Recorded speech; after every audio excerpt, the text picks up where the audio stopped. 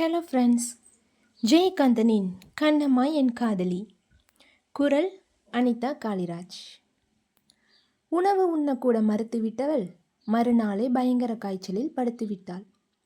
அவளது நிலையை காண பொறுக்காது மகனிடம் வந்த வசந்தி, கண்ணா, நித்யாவிற்கும் உனக்கும் என்ன பிரச்சனையோ எனக்கு தெரியாது. ஆனால் அவள் 2 நாட்களாக சாப்பாடு தூக்கமின்றி காய்ச்சலில் படுத்திருக்கிறாள். அறையை வேறு மூடி வைத்து கொண்டு எவரையும் உள்ளே அனுமதிக்க மறுக்கிறாள். இப்படியே சென்று கொண்டிருந்தால் அவளது நிலைமை என்னாகுமோ என்று அவளது தந்தை மிகவும் கலங்குகிறார். கொஞ்சம் நீ சென்று பார்த்துவிட்டு வர முடியுமா கௌதம் என்று வினவினார். நித்யாவிற்கு காய்ச்சல் என்றதுமே பதறிப்போன கௌதம், அவள் சாப்பாடு தூக்கமின்றி வாடுவதாக அன்னை சொன்னதும் பயந்தே போனான். விரைந்து சென்று எதிர் வீட்டை அடைந்தவன் விஸ்வநாதனை கண்டதும் தயங்கி, வந்து நித்யாவை ஹாஸ்பிட்டல் அழைத்து செல்ல வந்திருக்கிறேன் சார் என்று கூறினான். அவர் பதில் பேசாமல் மேலே இருந்த அவளது அறையை கைகாட்ட விறுவிறுவென மாடிப்படிகளில் ஏறினான். கதவை தட்டி அவளிடம், நித்யா, நான் கௌதம், கதவை திற என்று கூற உள்ளே அவளிடமிருந்து பதிலற்று போனது.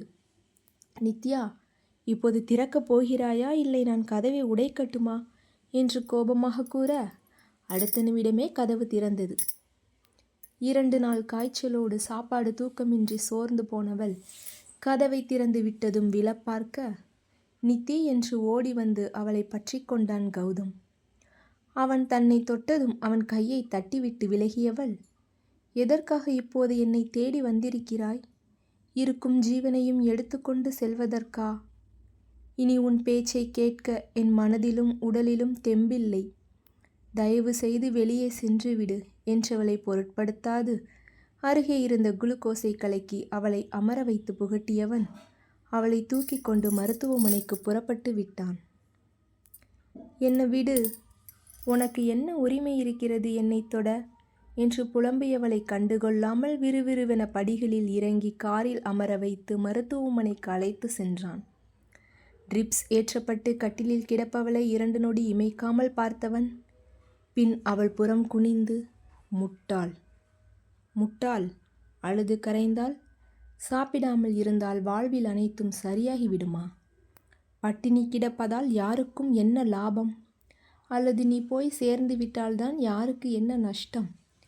திமிர், உடம்பெல்லாம் திமிர் என்று பல்லை கடித்து கொண்டு ஆத்திரத்தில் கத்தியவனை பொருட்படுத்தாது வேறுபுறம் நோக்கி கொண்டிருந்தாள் நித்யா. பின் மெல்ல எழுந்து அமர்ந்தவள் தன்னை கோபமாக நோக்கி கொண்டிருப்பவனை ஆள பார்த்து, இனியொரு முறை லண்டன், வாஷிங்டன் என்ன ஆரம்பித்தீர்களானால் இதைவிட கடுமையாக என்னை தண்டித்துக் கொள்வேன்.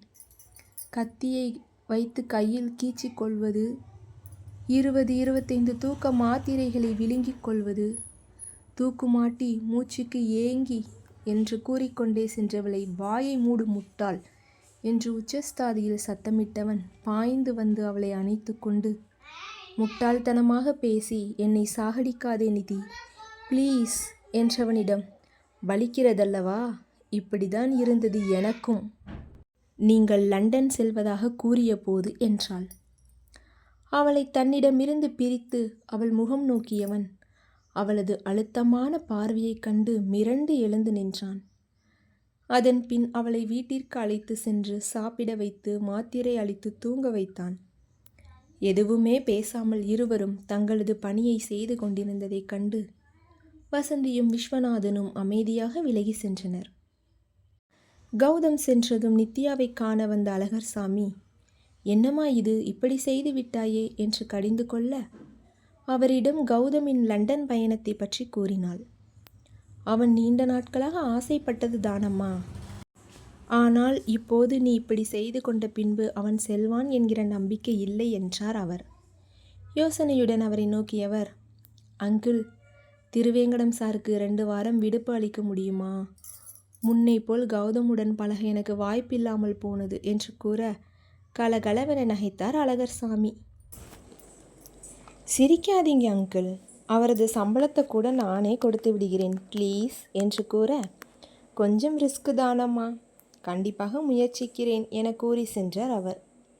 2 நாட்கள் பொறுமையாக யோசித்தவள் மூன்றாம் நாள் எதுவுமே நடவாதது போல் உற்சாகமாக அலுவலகம் கிளம்பிவிட்டாள். அன்று அலுவலகத்தில் தன் அறைக்குள் நுழைந்த கௌதம் அங்கே கணினியில் பார்வையை பதித்தபடி அமர்ந்திருந்த நித்யாவை கண்டு திகைத்து விட்டான். இவள் எதற்காக இங்கே அமர்ந்திருக்கிறாள் என்று அவளை கண்டுகொள்ளாது உள்ளே நுழைபவனை தன் பார்வையால் தொடர்ந்த நித்யா உற்சாகமான குரலில் குட் மார்னிங் சார் என்று கூற அவனும் குட் மார்னிங் என்று விட்டு தன் இருக்கையில் அமர்ந்தான். திருவேங்கடம் வரவில்லையா என்று விசாரித்தவனிடம் அவர் 2 வாரத்திற்கு மெடிக்கல் லீவ் எடுத்திருக்கிறார் சார், பெரியம்மையாம் என்று புழுகி வைத்தாள். ஓ என்று உள்ளே சென்று விட்ட குரலில் கூறிய கௌதம், அப்படியானால் இன்னும் 2 வாரத்திற்கு இவள்தான் இங்கே அமர்ந்திருப்பாள் என்று எரிச்சலுடன் மனதில் எண்ணிக்கொண்டு வேலையை தொடர்ந்தான். அவனிடம் வம்பு செய்து சாதித்தாக வேண்டும் என்று முடிவு செய்து அவன் அறையில் அமர்ந்த நித்யாவிற்கு அவன் முகம் போன போக்கை கண்டு சிரிப்பு வந்தது. நெஞ்சு நிறைய காதலை வைத்துக்கொண்டு சார் மறைக்க பார்ப்பாராம். ஏன் என்கிற காரணத்தையும் கூற மாட்டாராம். இன்னும் எத்தனை நாட்களுக்கு இப்படி இருப்பார் என்று பார்ப்போம் என்று கருவியபடி வேலையில் ஈடுபட்டாள். சிறிது நேரத்திலேயே ஒரு பிரிண்ட் அவுட்டை தூக்கி கொண்டு அவன் அருகே சென்று நின்றவள், நீங்கள் கேட்டு அனுப்பிய பிரிண்ட் சரிபார்த்து கொள்ளுங்கள் என்று அவன் அருகே நெருங்கியவள் அதில் இருப்பதை அவனுக்கு விளக்கும் பொருட்டு அவனை உரசியபடி நின்றாள்.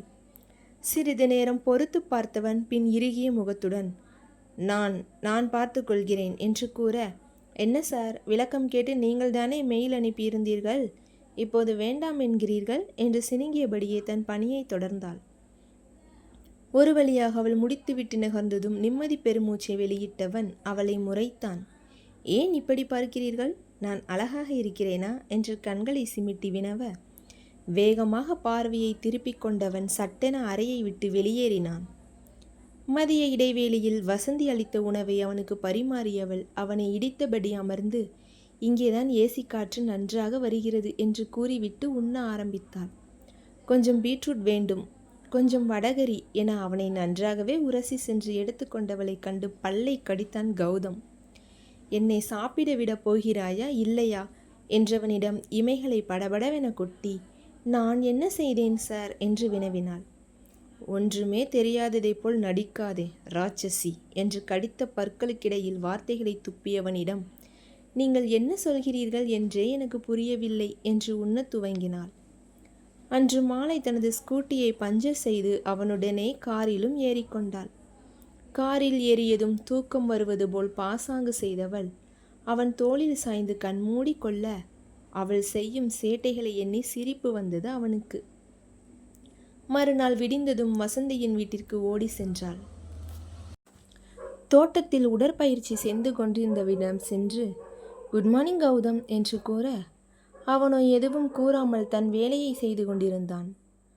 அவனை கண்டபடியே அங்கே இருந்த மர பெஞ்சில் அமர்ந்தவள், நானும் உன்னை போல் உடற்பயிற்சி செய்து பலமாக போகிறேன் என்று அவனை போல் குனிந்து நிமிர்ந்து உடற்பயிற்சி செய்ய, அவள் அணிந்திருந்த குட்டை டாப்ஸ் மேலேறி வெளிப்படுத்திய வெண்ணிற இடையை கண்டவனுக்குத்தான் தடுமாறி போனது. ஏய், போதும் நீ எக்ஸசைஸ் செய்தது, உள்ளே செல் என்று கூற, ஏன், நான் உன்னை போல் பலசாலியாக வேண்டாமா, போடா என்றாள்.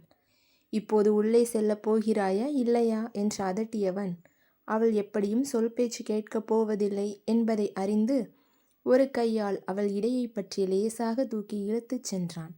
விடு, என்ன விடு, நானும் உடற்பயிற்சி செய்வேன் என்று கத்தியவளின் வாயை மூடி, ஏண்டி என்ன படுத்து எடுக்கிறாய், என்னதான் வேண்டும் உனக்கு என்று கூற, எனக்கு என்ன வேண்டும் என்று உனக்கு தெரியாதா கௌதம் என்று நேர் பார்வையாக வினவ, சட்டென முகத்தை திருப்பிக் கொண்டவன், அது நடக்காத ஒன்று நித்யா என்று கூறினான். ஏன் என்று ஒற்றை சொல்லாக வினவியவளிடம், நடக்காதென்றால் நடக்காது என்று விட்டு விறுவிறுவென நடந்து உள்ளே சென்று விட்டான். நீ காரணத்தை கூறும் வரை நான் விடுவதாக இல்லை என்று கோபமாக கூறியவள் தன் இல்லத்தை நோக்கி நடந்தாள். இருவரும் நடத்தி கொண்டிருந்த கண்ணாமூச்சி ஆட்டம் அடுத்த 2 நாட்களில் முடிவுக்கு வந்தது. அன்று சத்யம் ஹவுசஸ் என்கிற பலமாடி கட்டிடங்கள் கொண்ட குடியிருப்பு பகுதி ப்ராஜெக்ட் நிறைவு பெற்றதற்காக அதன் உரிமையாளர் அனைவருக்கும் விருந்தளிக்க தீர்மானித்திருந்தார். கௌதமை வரவேற்க வந்தவர் நித்யாவின் துருதுரு செய்கையையும் அவளது பேச்சையும் கவனித்து நீயும் கண்டிப்பாக வாமா என்று வரவேற்றுச் சென்றார். மறுநாள் மாலை விழா நடக்கவிருப்பதாக அவர் கூற, கௌதமுடன் ஊர் சுற்ற நல்ல வாய்ப்பென்று கண்டிப்பாக செல்ல வேண்டும் என்று தீர்மானித்து கொண்டாள்.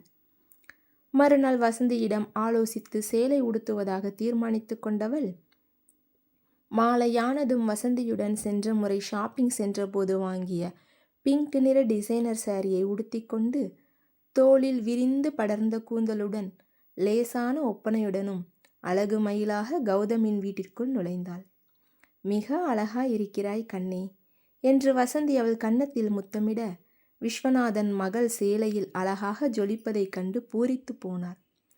இருவரிடமும் முறுவலித்துவிட்டு கௌதமின் அறைக்குள் நுழைந்தாள். நீல நிற கோட் சூட்டில் தயாராகி நின்றவன் கண்ணாடியின் முன்பு நின்று தன்னை சரிபார்த்தபடி கையில் வாட்சை மாட்டிக்கொண்டிருந்தான்.